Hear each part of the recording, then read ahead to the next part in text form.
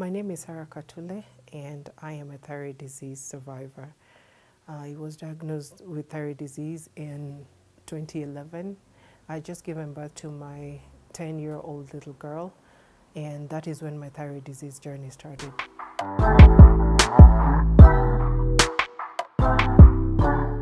So my journey, I always say my journey to thyroid disease was very challenging. I was in and out of doctor's office for a very long time, getting the wrong type of medication, being misdiagnosed. And then because of that, it took me a very long time to detect the condition that I had, and the symptoms were also getting really, really bad. So during the course of that journey is when I fell into the hands of the right doctor who was able to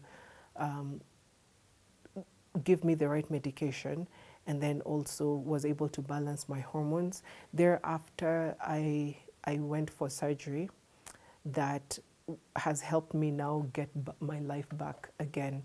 But with that also, I realized that there is a gap between thyroid disease patients and the doctors.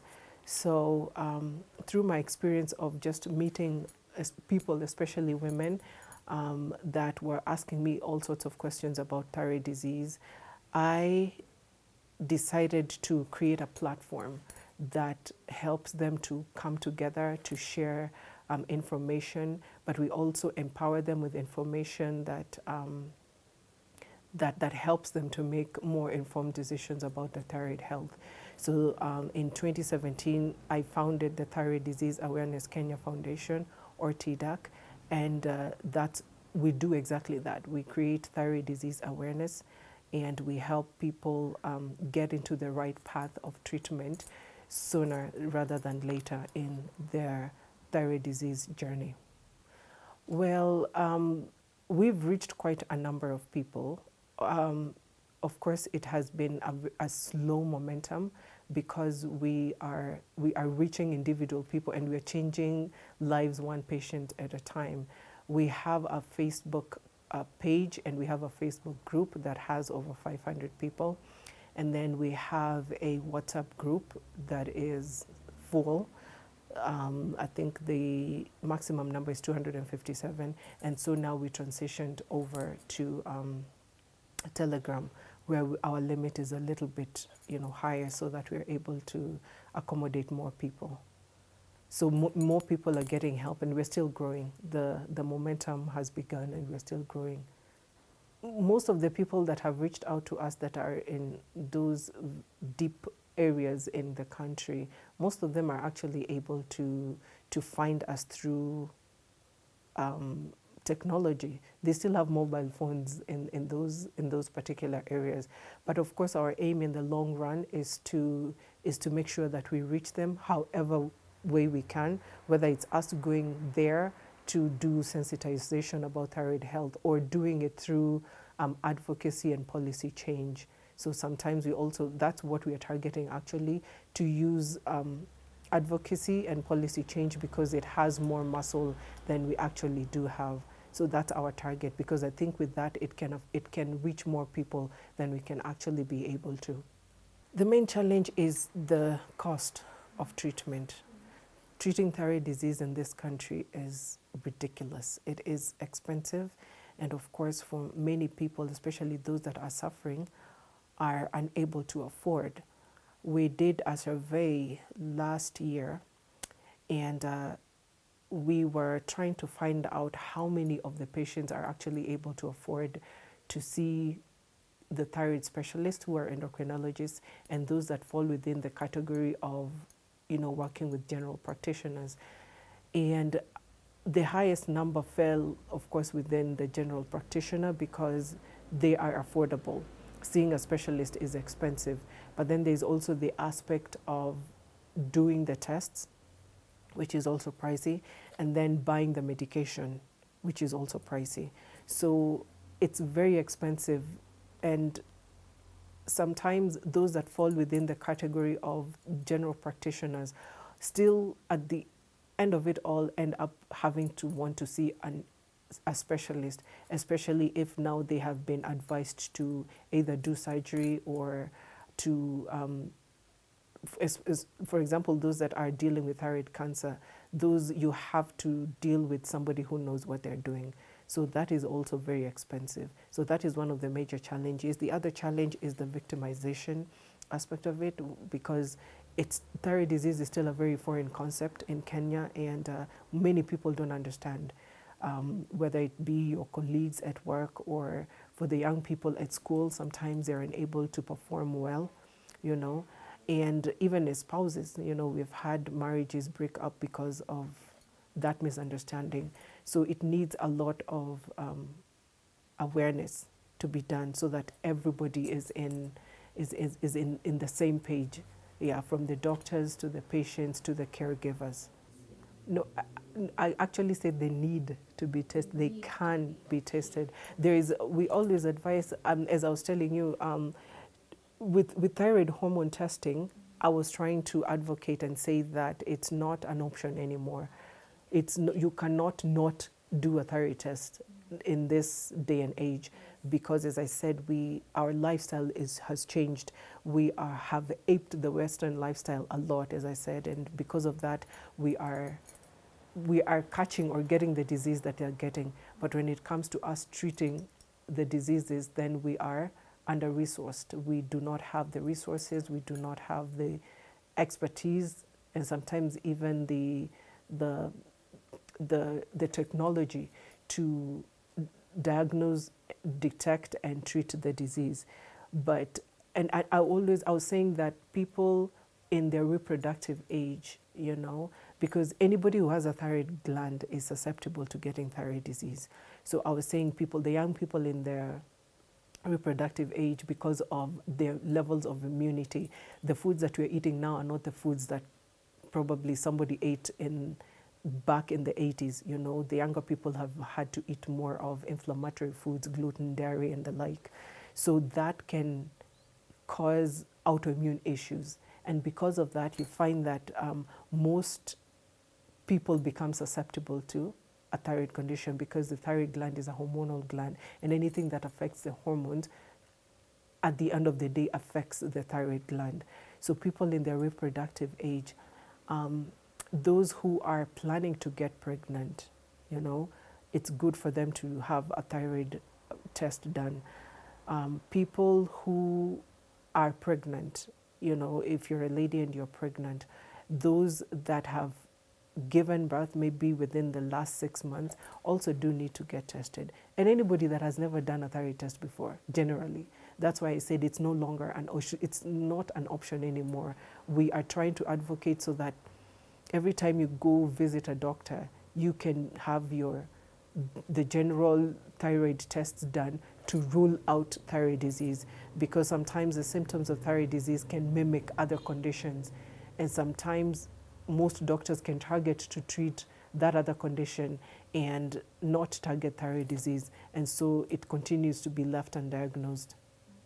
I wish I would have known that there were thyroid specialists, you know, because I think that would have cut my disease phase into half, you know, and I wish that I had the information that I had now.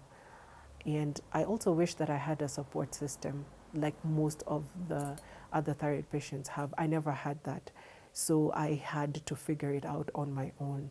And I think that also helped to lengthen the disease phase because of the stress and having to, like, you know, figure out a lot of, or sort out a lot of information on the internet.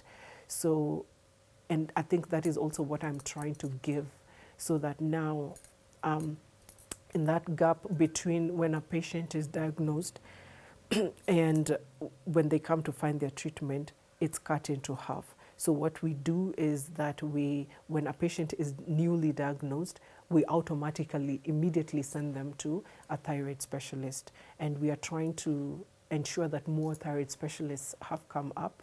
You know, we do not have like in other Western countries, they have an endocrine society. They have endocrine societies everywhere, in Europe, in the USA. We don't have one here. So that makes it difficult for patients to have access to doctors, and it also makes it difficult for doctors to understand what the patients are going through. So we are now a body of a thyroid, of the Thyroid Society in Kenya, but now we need a body for the doctors that treat our conditions so that they can, together we can work together and they can be able to address our needs. I think that's easier, it's better, and it's a long-term solutions, because now thyroid is becoming more and more prominent. I actually call it an endemic pandemic, because millions of people have it around the world. And a lot of it, of course, is influenced by the environment that you're living in, the soils, the foods that you're eating, the nutrients that you're getting from the foods and all that. So it's an endemic in that it can be regional.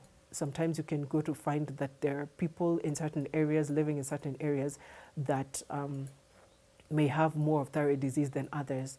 And sometimes it's also good for us to have studies to know why is that happening. What is it? Is it in their water maybe, or the soils that you're eating? Is it in one of the staple foods that you're eating in that area? All those things. We don't have data.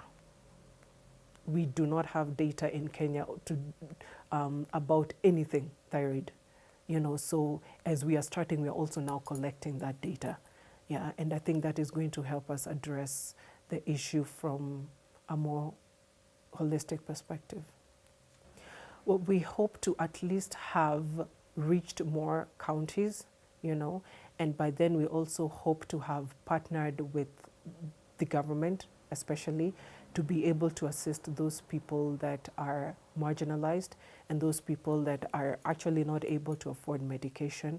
We hope to also ensure that at least there's an endocrinologist or a thyroid specialist in every referral hospital in every county, so that patients do not have to do what is called inter-county migration, because that's what's happening right now because of the shortage of endocrinologists, and most of those few are densely populated here in Nairobi.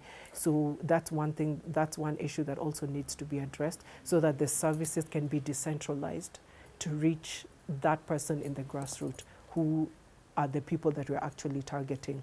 If you're in a town where you're able to access technology, you know how to use a smartphone, at least you're good. But there's still that one person that is not able to access, Google technology, maybe does not even know how to handle a smartphone. And yeah, we need to partner with anyone that can be able to help us achieve that. More people have been helped in terms of those that have been misdiagnosed. We have been able to help them correct that, all right? And other than just, getting the treatment with the doctors, we also advise on lifestyle changes. And because of that, more people have been empowered and informed, and we tell them, like the nutrient deficiencies that come with thyroid disease, for example. We get so many testimonials that say, ever since I found this platform, I learned about this particular supplement, like selenium, for example, and they take and they're feeling way much better. They're responding to medication way much better. And even the information, they say information empowers. I think that's one thing that we have been able to do, and we have been able to do it well, is to give information, because I think when you're informed, when you're empowered, you're able to make more informed decisions.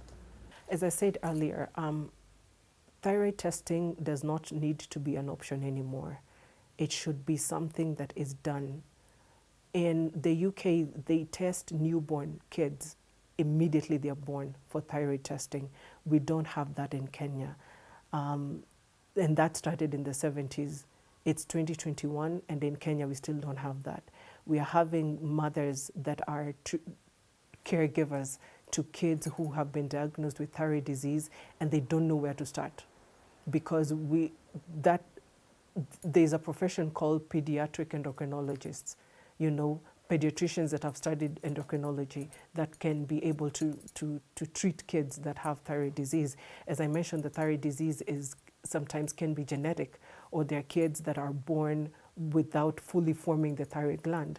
So they have thyroid disease as a condition, so that cannot be emphasized enough on how thyroid testing is now supposed to be at the top, at the bar, so that if a patient walks into a doctor and start giving the symptoms that are, that we outline as symptoms of thyroid disease, they should be able to think about testing thyroid disease without anyone telling them, or without the patient having to suffer for long before they're able to detect. Personally, I lost a friend to thyroid disease because of that. And it is not right that people are losing their lives. In the last year, we have lost 3 patients to thyroid disease. Some of them maybe just got tired, of going in and out of doctor's office. Others were misguided. And it's sad to see, that people can lose their lives to a disease that, if detected, can actually be treated and people can lead normal lives. So my prayer is that thyroid disease is going to be given the seriousness that it deserves. It is going to be given the attention that it deserves, and that people need to know that it is a pandemic. It is growing, and in Africa, it was not as common as it is right now. And I think that is why we actually do not have very many organizations in Africa that are advocating for thyroid disease, But now it is growing, as I said, because our lifestyle is changing. And because of that, we need to get tested. We need to have these kits. We need to have thyroid testing equipment in every major hospital. We need to have endocrinologists in every major hospital. We need to stop importing thyroid medication. We have our own labs here. We can make our own medication so that we can make it more accessible. If not, then the government can see how they can be able to try and bring down the cost of treating thyroid disease in this country, so that people can stop losing their lives. And there are those that are living not knowing how their future is going to turn out.